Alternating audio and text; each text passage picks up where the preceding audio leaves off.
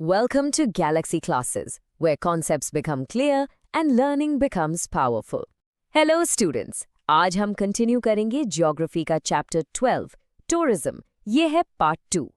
Part 1 में हमने basic समझे थे। अब इस पार्ट में हम देखेंगे कि ट्रैवल कैसे बदल रहा है और हमारी दुनिया को, हमारे देश को कैसे शेप कर रहा है। चलिए शुरू करते हैं। ओके, सो ये है आज का हमारा एजेंडा, बिल्कुल टेक्स्ट बुक के हिसाब से। सबसे पहले हम पढ़ेंगे टूरिज्म के नए प्रकार, यानी न्यू टाइप्स ऑफ टूरिज्म। फिर हम इंडिया की कुछ स्पेशल टूरिस्ट ट्रेन्स के बारे में जानेंगे। उसके बाद हम समझेंगे कि टूरिज्म का ज्योग्राफिकल इंपॉर्टेंस क्या है, मतलब भौगोलिक रूप से यह इतना ज़रूरी क्यों है। नेक्स्ट, इसके पॉजिटिव इम्पैक्ट्स क्या हैं, यानी इससे देश को क्या फ़ायदे होते हैं। और आखिर में कुछ बहुत ज़रूरी सेफ्टी टिप्स जो हर टूरिस्ट को पता होनी चाहिए। तो चलिए पहले टॉपिक से स्टार्ट करते हैं। सेक्शन 1, नए टूरिज्म के प्रकार, यानी न्यू टाइप्स ऑफ टूरिज्म। हमारा पहला सेक्शन है नए टूरिज्म के प्रकार। देखो, अब टूरिज्म सिर्फ हिस्टोरिकल मॉन्यूमेंट्स या हिल स्टेशंस घूमने तक लिमिटेड नहीं है। लोगों के इंटरेस्ट्स बदल रहे हैं और वो नए नए एक्सपीरियंसेस चाहते हैं। इसीलिए टूरिज्म इंडस्ट्री भी डेवलप हो रही है। लेट्स सी कि ये नए तरीके कौन से हैं। तो सबसे पहले और सबसे इम्पॉर्टेंट नया ट्रेंड है इको टूरिज्म। इसका मतलब क्या है? इको टूरिज्म यानी पर्यावरण स्नेही पर्यटन। ये एक ऐसी सोच है कि हम घूमने ऐसी जगह जाएं जहां नेचर हो, लेकिन हमारी वजह से उस नेचर को, उस एनवायरनमेंट को कोई भी नुकसान ना हो। आजकल पोल्यूशन, पॉपुलेशन इतना बढ़ गया है कि इसकी ज़रूरत बहुत ज़्यादा है। इसका सिंपल सा रूल है, लीव नो ट्रेस, यानी आप जहां भी जाएं उस जगह को बिल्कुल वैसा ही छोड़कर आएं जैसा वो आपके आने से पहले था। कोई कचरा नहीं, कोई शोर नहीं, सिर्फ नेचर को एंजॉय करना, उसे प्रोटेक्ट करते हुए। एग्जाम में इस पर डिफाइन इको टूरिज्म का 2 मार्क क्वेश्चन जरूर आ सकता है।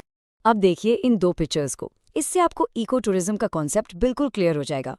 लेफ्ट साइड में देखिए, एकदम साफ सुथरा फॉरेस्ट है, ये है इको फ्रेंडली टूरिज्म का रिजल्ट। और राइट साइड में देखिए, प्लास्टिक बॉटल्स, रैपर्स, हर तरफ कचरा, ये है इररिस्पॉन्सिबल हार्मफुल टूरिज्म। सोचो, हमारे फेमस टूरिस्ट स्पॉट्स जैसे कि रोहतांग पास या ऐसी ही कई जगहों का यही हाल हो जाता है। तो एज टूरिस्ट ये हमारी जिम्मेदारी है कि हम लेफ्ट वाली पिक्चर को चुनें, राइट वाली को नहीं। चलिए नेक्स्ट टाइप देखते हैं, एग्रो टूरिज्म। इसका हिंदी में मतलब है कृषि पर्यटन। इसका कॉन्सेप्ट बहुत सिंपल और इंटरेस्टिंग है। शहर के लोग जो हमेशा ट्रैफिक, पोल्यूशन और कॉन्क्रीट बिल्डिंग्स के बीच रहते हैं, वो गांव जाकर एक किसान की लाइफ एक्सपीरियंस करते हैं। वो फार्म पर रहते हैं, खेती बाड़ी देखते हैं, ट्रैक्टर की राइड लेते हैं और बिल्कुल फ्रेश हवा में सांस लेते हैं। ये उनके लिए एक बहुत रिफ्रेशिंग चेंज होता है।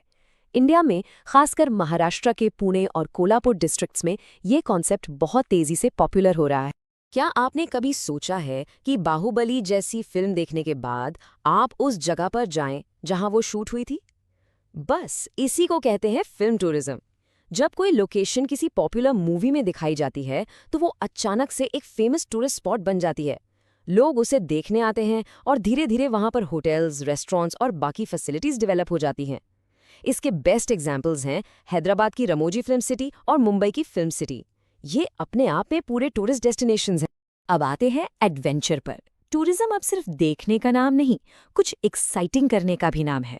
एक्टिविटीज जैसे स्नॉर्कलिंग और स्कूबा डाइविंग, जिसमें हम समंदर के नीचे जाकर वहां की अमेजिंग लाइफ, कॉरल्स और फिश को देखते हैं, बहुत पॉपुलर हो रही हैं। इंडिया में महाराष्ट्र के कोंकण कोस्ट पर तारकार्ली नाम की जगह इसके लिए बहुत फेमस है। इनफैक्ट वहां महाराष्ट्र टूरिज्म डेवलपमेंट कॉर्पोरेशन यानी MTDC ने एक इंटरनेशनल स्टैंडर्ड का ट्रेनिंग सेंटर भी बनाया है। चलिए अब एक बहुत ही एक्साइटिंग टॉपिक पर आते हैं, भारत की स्पेशल टूरिस्ट ट्रेन्स। ये आपकी नॉर्मल पैसेंजर ट्रेन्स नहीं है, ये मूविंग होटल्स या चलता फिरता महल है, जिनको खास तौर पर टूरिस्ट को एक अनफॉरगेटेबल एक्सपीरियंस देने के लिए डिजाइन किया गया है। इन्हें पैलेसेस ऑन व्हील्स भी कहते हैं। इसका एक परफेक्ट एग्जाम्पल है डेक्कन ऑडिसी। देखिए इस पिक्चर को, ये ट्रेन के अंदर का डाइनिंग एरिया है। देखकर लग रहा है ना किसी 5 स्टार होटल या पैलेस जैसा। ये ट्रेन MTDC और इंडियन रेलवेज का एक जॉइंट वेंचर है। इसमें टूरिस्ट को हर तरह की लग्जरी मिलती है और वो आराम से अलग अलग टूरिस्ट डेस्टिनेशंस पर ट्रैवल करते हैं। अब देखते हैं इसका रूट। ये बहुत इंपॉर्टेंट है, एग्जाम में मैप बेस्ड क्वेश्चन आ सकता है इस पर। ट्रेन मुंबई से शुरू होती है, फिर जाती है नासिक, जो अपने टेम्पल्स के लिए फेमस है। वहां से वर्ल्ड फेमस अजंता और एलोरा केव्स, उसके बाद कोरापुर शहर, फिर फन और बीचेस के लिए गोवा, वहां से रत्नागिरी और फिर वापस मुंबई। तो ये ट्रेन एक ही ट्रिप में महाराष्ट्र के कल्चर, हिस्ट्री और नेचर के बेस्ट पार्ट्स कवर करती है। डेक्कन ऑडिसी की तरह ही एक और बहुत फेमस लग्जरी ट्रेन है जिसका नाम है पैलेस ऑन व्हील्स। दोनों में मेन डिफरेंस उनके रूट का है। जहां डेक्कन ऑडिसी महाराष्ट्र पे फोकस करती है, वहीं पैलेस ऑन व्हील्स आपको राजस्थान के रॉयल सिटीज जैसे दिल्ली से जयपुर, उदयपुर, जोधपुर और आगरा तक ले जाती है। ये दोनों ही ट्रेन्स डोमेस्टिक और इंटरनेशनल यानी देश और विदेश के टूरिस्ट्स के बीच बहुत पॉपुलर है। इंडियन रेलवेज ने एक और जबरदस्त इनोवेशन किया है, विस्टा डोम कोच। ये कोई नॉर्मल कोच नहीं है। इसकी जो छत है यानी सीलिंग, वो ट्रांसपेरेंट शीशे की बनी होती है। जरा इमेजिन कीजिए, आप ट्रेन में बैठे हैं और आपके ऊपर, आपके आसपास, हर तरफ से आपको बाहर का 360 डिग्री व्यू मिल रहा है। ये कोचेस विशाखापट्टनम से किरांदुल के रूट पर चलते हैं और आराको वैली जैसे खूबसूरत पहाड़ों और बोरा केव्स के पास से गुजरते वक्त एक्सपीरियंस ही अलग होता है। तो अभी तक हमने टूरिज्म के टाइप्स और स्पेशल ट्रेन्स देखी।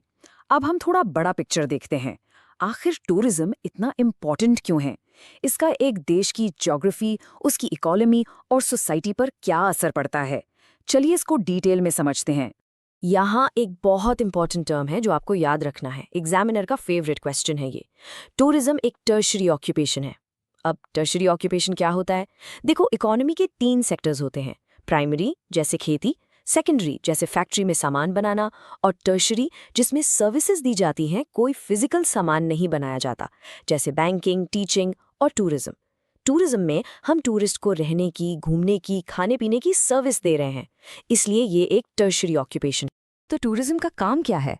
टूरिज्म किसी भी रीजन की एक खिड़की की तरह काम करता है। मतलब इसके थ्रू बाहर की दुनिया उस जगह के नेचुरल एनवायरनमेंट जैसे वहाँ के पहाड़, नदियाँ, वहाँ की कल्चरल एनवायरनमेंट जैसे फेस्टिवल्स, खाना पीना, और वहाँ के सोशल एनवायरनमेंट यानी लोगों के रहने सहने के तरीके, उनके ट्रेडिशंस, इन सब से इंट्रोड्यूस होती है। यहाँ आपकी टेक्स्ट बुक में एक क्वेश्चन है, कैन यू टेल? पूछा गया है कि हाल ही में कौन से नए फॉर्म्स ऑफ टूरिज्म डेवलप हुए हैं और ये नए फॉर्म्स आते ही क्यों हैं?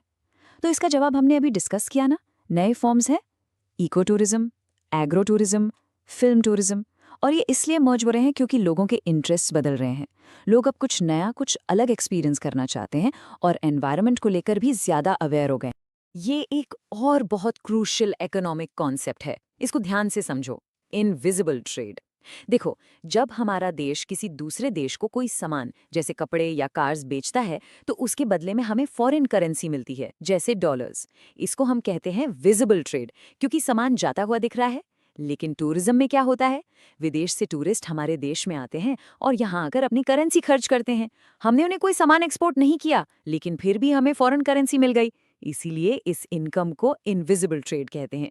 ये एग्जाम के लिए बहुत इंपॉर्टेंट है। तो चलिए टूरिज्म के फायदे यानी बेनिफिट्स को समराइज करते हैं।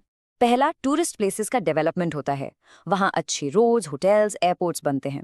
दूसरा, वहाँ के लोकल लोगों को एम्प्लॉयमेंट यानी रोजगार मिलता है। होटल में staff, tour guides, taxi drivers सब लोकल लोग होते हैं।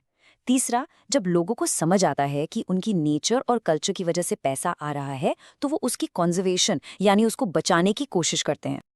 अब हम इन्हीं बेनिफिट्स को थोड़ा और गहराई में, थोड़ा और डिटेल में देखेंगे। ये सेक्शन लॉन्ग आंसर क्वेश्चंस के लिए बहुत इंपॉर्टेंट है। सवाल आ सकता है, explain the positive impacts of tourism on a Nations growth. चलिए एक एक करके सारे इम्पैक्ट्स को समझते हैं। सबसे पहले इकोनॉमिक डेवलपमेंट, इसका मतलब आर्थिक विकास। इसके 2 पार्ट्स हैं। एक है डायरेक्ट कंट्रीब्यूशन जो सीधा सीधा दिखता है, जैसे टूरिस्ट ने होटल, खाने और ट्रांसपोर्ट पर जो पैसा खर्च किया। लेकिन इससे भी बड़ा होता है इनडायरेक्ट कंट्रीब्यूशन। जब कोई नई टूरिस्ट स्पॉट डेवलप होती है तो वहाँ पूरा इंफ्रास्ट्रक्चर बनता है, roads, bridges, electricity, water supply. इससे ना सिर्फ टूरिस्ट्स को फायदा होता है बल्कि वहाँ रहने वाले लोकल लोगों की लाइफ भी बेहतर होती है और इस कंस्ट्रक्शन में बहुत सारे लोगों को जॉब भी मिलती है। दूसरा इम्पैक्ट है एनवायरमेंटल डेवलपमेंट, मतलब पर्यावरण का विकास। अब आप सोचेंगे, टूरिज्म से तो एनवायरमेंट को नुकसान होता है। हाँ, ट्रेडिशनल टूरिज्म से होता है, लेकिन जब हम इको फ्रेंडली टूरिज्म की बात करते हैं तो इससे एनवायरनमेंट को फायदा भी हो सकता है। इसमें रिजॉर्ट्स और होटल्स ऐसे डिज़ाइन किए जाते हैं जो नेचुरल रिसोर्सेज जैसे पानी और बिजली का कम से कम इस्तेमाल करें। रिसाइकल और रीयूज के कंसेप्ट को फॉलो किया जाता है। ऐसे टूरिज्म से कंजर्वेशन को बढ़ावा मिलता है। और तीसरा बड़ा इम्पैक्ट है हेल्थ टूरिज्म, जिसे हम मेडिकल टूरिज्म भी कहते हैं। इंडिया इसके लिए एक बहुत बड़ा हब बन गया है। क्यों? क्योंकि यहाँ दूसरे देशों के कंपैरिजन में हाई क्वालिटी मेडिकल ट्रीटमेंट बहुत सस्ता है, तो लोग यहाँ इलाज करवाने आते हैं। इसके अलावा बहुत से लोग इंडिया की ट्रेडिशनल वेलनेस प्रैक्टिसेस जैसे योगा और आयुर्वेदा के लिए भी आते हैं, जिससे उन्हें फिजिकल और मेंटल स्ट्रेंथ मिलती है। सेक्शन 5 सोशल टूरिज्म और भविष्य, social tourism and the future. चलिए अब टूरिज्म की सोशल डायमेंशन यानी सामाजिक पहलू की बात करते हैं। टूरिज्म एक बेहतर सोसाइटी बनाने में कैसे मदद कर सकता है और इंडिया में इसका फ्यूचर कैसा है? तो टूरिज्म से सोशल डेवलपमेंट कैसे होता है? ये तब होता है जब हम देश के दूर दराज के इलाकों, वहाँ के रूरल यानी ग्रामीण और ट्राइबल यानी आदिवासी लोगों की लाइफ को टूरिज्म का हिस्सा बनाते हैं। इससे उन कम्युनिटीज़ को आमदनी होती है और उनके बारे में बाकी दुनिया को पता चलता है जिनको अक्सर निग्लेक्ट कर दिया जाता है। जैसे मिलघाट के ट्राइबल विलेजेस, बाबा आमते का आनंद वन प्रोजेक्ट या रालेगंज सिद्धि और हिवरे बाजार जैसे मॉडल विलेजेस को देखने जब टूरिस्ट जाते हैं तो वहाँ के लोगों का कॉन्फिडेंस बढ़ता है और उनका विकास होता है। इंडिया के पास सब कुछ है, खूबसूरत नेचर, इतनी रिच कल्चरल डाइवर्सिटी और हजारों साल पुरानी हिस्ट्री। इसलिए टेक्स्ट बुक की ये लाइन बहुत इंपॉर्टेंट है कि आने वाले समय में यानी फ्यूचर में टूरिज्म इंडियन इकोनॉमी का एक बहुत ही इंपॉर्टेंट फैक्टर होगा। इसका पोटेंशियल बहुत ज़्यादा है। सेक्शन 6 टूरिस्ट्स के लिए सेफ्टी टिप्स फॉर टूरिस्ट। और अब हम आते हैं अपने आखिरी लेकिन सबसे ज़रूरी सेक्शन पर। एक अच्छा टूरिस्ट होने का मतलब है एक सेफ टूरिस्ट होना। हमने इतना कुछ पढ़ा, लेकिन अगर आप ट्रैवल करते वक्त सेफ ही नहीं है तो सब बेकार है। तो चलिए कुछ एसेंशियल सेफ्टी टिप्स को डिस्कस करते हैं। ये कुछ सिंपल रूल्स हैं जो हर किसी को फॉलो करने चाहिए। अगर आप समंदर के पास हैं तो हाई टाइड और लो टाइड की टाइमिंग्स का हमेशा पता रखें। अगर आप किसी अनजान जगह जैसे घने जंगल या केव्स में जा रहे हैं तो हमेशा एक लोकल गाइड को साथ लें। और प्लीज़ ये बहुत ज़रूरी है, किसी खतरनाक जगह पर जैसे पहाड़ के किनारे रिस्की सेल्फीज लेने से बचें। एक फ़ोटो आपकी लाइफ से बढ़कर नहीं है। गहरी नदी या समुंदर में ना जाएं, जगह को साफ रखें, जानवरों को परेशान ना करें और सबसे इम्पॉर्टेंट, जहाँ भी इंस्ट्रक्शन बोर्ड्स लगे हों उन्हें ज़रूर फॉलो करें। आपकी सेफ्टी सबसे पहले है। तो चलिए एक क्विक रीकैप कर लेते हैं। आज हमने क्या क्या सीखा? हमने टूरिज्म के नए टाइप्स देखे जैसे इको टूरिज्म, एग्रो टूरिज्म और फिल्म टूरिज्म। हमने इसका इकोनॉमिक इंपॉर्टेंस समझा, टर्शरी ऑक्यूपेशन और इनविजिबल ट्रेड जैसे कॉन्सेप्ट्स के थ्रू। हमने इसके पॉजिटिव इम्पैक्ट्स देखे, इकोनॉमिक, एनवायरमेंटल और सोशल। और सबसे ऊपर हमने ये जाना कि सेफ्टी हमेशा हमारी प्रायोरिटी होनी चाहिए। मैं आपको एक सवाल के साथ छोड़कर जा रहा हूँ, इस पर ज़रूर सोचना। हम एज स्टूडेंट्स और आने वाले कल के सिटीजन्स ऐसे टूरिज्म को कैसे प्रमोट कर सकते हैं जो हमारे देश की ग्रोथ में तो हेल्प करे, लेकिन हमारे कीमती इन्वायरमेंट को कोई नुकसान ना पहुंचाए। This lesson was brought to you by Galaxy Classes, created only for study and concept clarity. अगर आपको ये लेसन पसंद आया तो लाइक, शेयर, सब्सक्राइब करें और बेल आइकॉन प्रेस करें ताकि आपको आगे के नोटिफिकेशंस मिलते रहें। Thank you.